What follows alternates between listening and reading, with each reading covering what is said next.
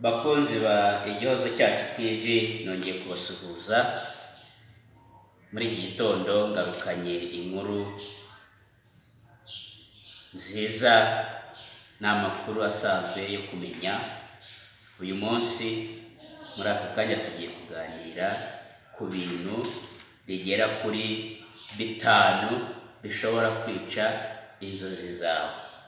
Uriya muntu wese, cyane cyane umuntu w'umunyarubyiruko, umuntu ukiri mutoya, umuntu ukiri umusore, umuntu ukiri mu myaka mito, aba afite inzozi z'ibyo azageraho, aba afite ibintu yifuza kuzageraho, aba afite indoto, aba afite imishinga. Nta muntu waba adafite umushinga, nta muntu waba adafite indoto. Ariko ikibazo kiba kuki tutagera ku nzozi zacu, kuki ibyo twagambiriye bijya bitugora kugeraho.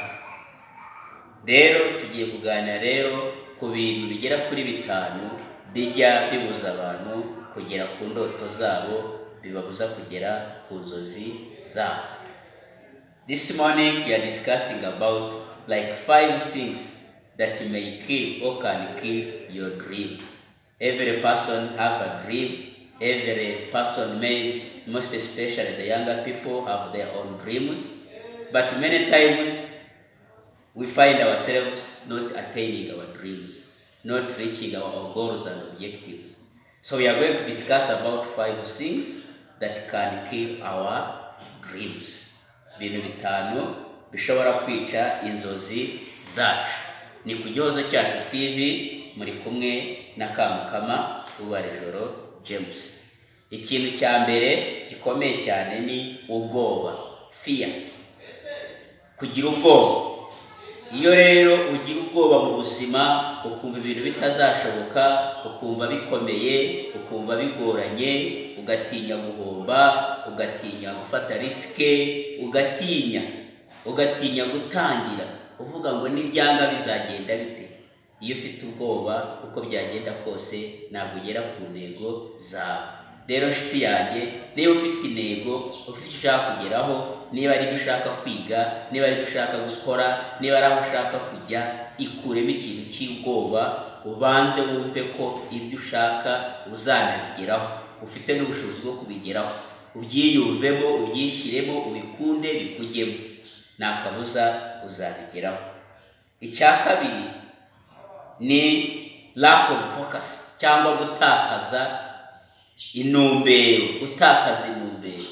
Wari wagize intego nziza, uranatangiye, rimwe na rimwe yenda bitangiye kwangamo gake, ugahita utakaza intumbero, you lose your focus, ugatangira gutekereza ibindi. Iyo utangiye gutekereza ibindi, uba ugiye gutangira na none bushyashya. So it's better you continue to have your focus. Don't go on the other side. Don't turn right, don't turn left, continue in the same direction with your focus.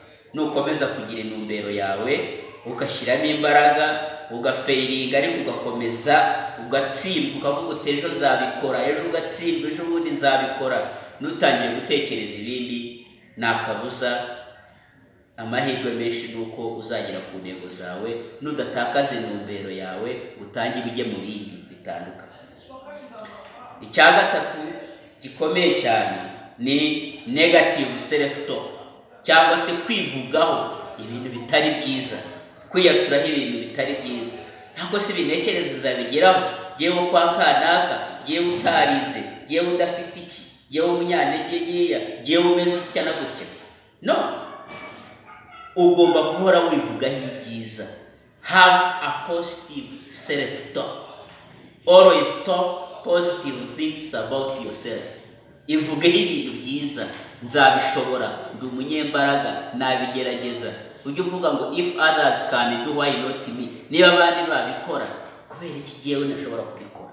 Amasomo wayiga, ibyo ushaka kugeraho wabigeraho, urugendo ushaka gutegura wabigeraho. Ivugeho ibyiza, uyaturireho ibyiza, itera imbaraga, ishyigikire, ikomeze, irememo icyizere.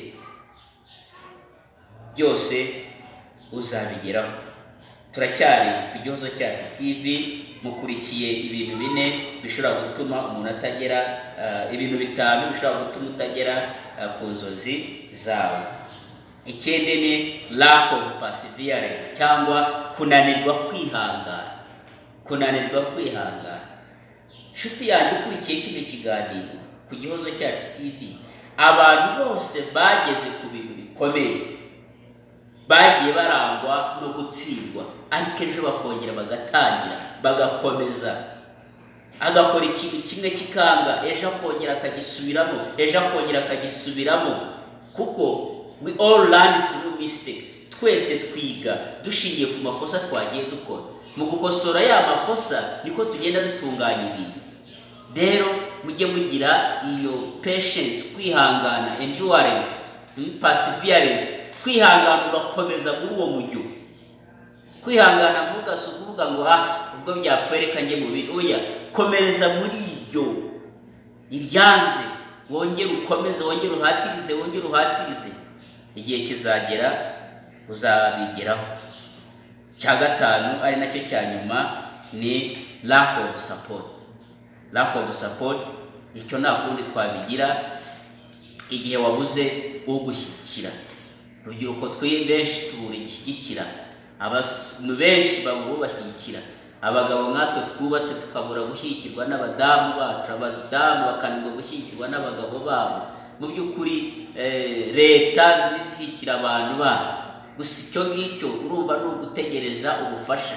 Ariko ni byiza kubana n'abantu neza, kubana n'abantu cyane cyane bageze ku byo ushaka kugeraho, ubiyegereze, ubasabe ubufasha, ubasabe support, bavugisha inama, ubereka aho bikugoye, bakuyobore muri ubu buryo n'ubu, bizagenda bigufasha. So these are 5 things that can kill your dream, but still there are solutions so that you can attain your dream. First, we talked about fear, lack of focus, negative self-talk, lack of perseverance, and lack of support.